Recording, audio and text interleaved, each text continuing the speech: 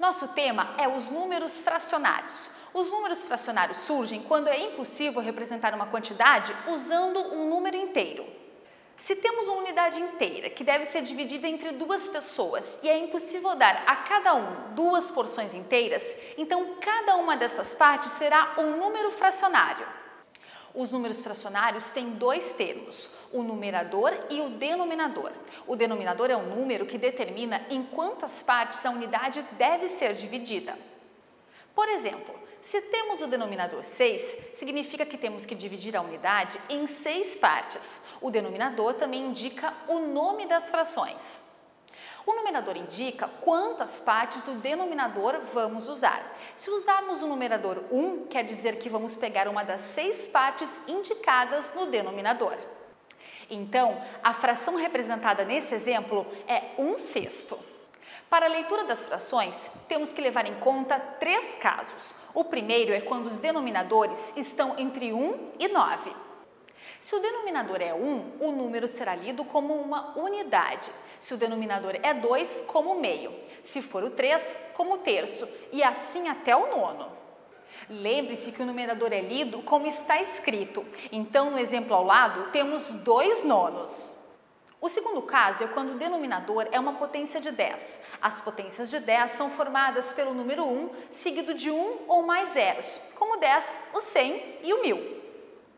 O terceiro caso acontece quando os denominadores não estão entre 1 e 9 e também não são potenciais de 10, ou seja, todos os outros números. Nesse caso, a leitura do denominador é feita pelo número mais a palavra avos. Por exemplo, 11 avos, 13 avos, 25 avos e assim para todos os números.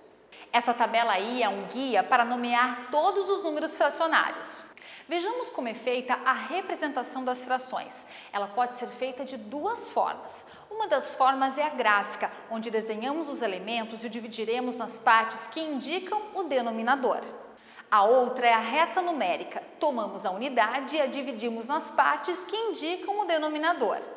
Se formos representar os quartos, dividiremos em 4 partes. Na representação gráfica, devemos colorir a parte que nos referirmos. Se vamos representar 1/4, é a parte que vamos colorir.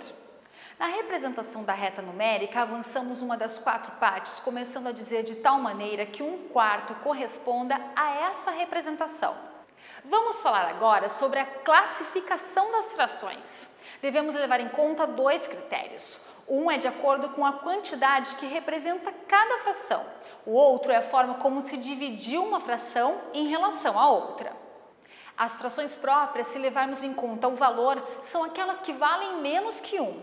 Para esse caso, se representa com um só elemento. Por exemplo, se tem um elemento dividido em 6 partes, para que a fração seja própria, só posso pegar 5, 4, 3, 2 ou uma parte dela. Nesse caso, vou representar 5/6. Como tenho 6, das 6 pego 5. Esta seria uma fração própria. Também posso representar um elemento dividido em 2 partes. Nesse caso, para que a fração seja própria, posso pegar somente uma parte. Assim, tenho um meio. E as 2 frações dos exemplos são próprias. As frações impróprias são aquelas que não é possível representar com um só elemento, já que o seu valor é menor que 1. Isso acontece porque o numerador é maior que o denominador. Se eu tenho 11/6, é impossível pegar 11 partes quando só temos 6 disponíveis. Nesse caso, preciso recorrer a outro elemento para poder pegar as partes que faltam. No exemplo, temos então 11/6 e com as 2 unidades, posso pegar as 11. Também pode acontecer de as frações serem equivalentes à unidade. Isso acontece quando o numerador e o denominador são iguais. Se temos 4/4, o número fracionário é igual à unidade inteira. Ou seja, se tem um elemento dividido em 4 partes e pego as 4 partes disponíveis, então tenho a mesma quantidade da parte inteira. A outra forma de classificar corresponde à forma como foram divididas. Neste caso, as frações podem ser homogêneas ou heterogêneas. São homogêneas quando foram divididas da mesma forma. Vejam que vou representar 3/6 e 5/6. Então, o elemento que tenho é dividido da mesma forma, ou seja, por 6. Em um tenho 3 e no outro tenho 5, porém cada uma das partes é equivalente ou igual a uma das partes da outra fração. As frações também podem ser heterogêneas, ou seja, são divididas de forma diferente.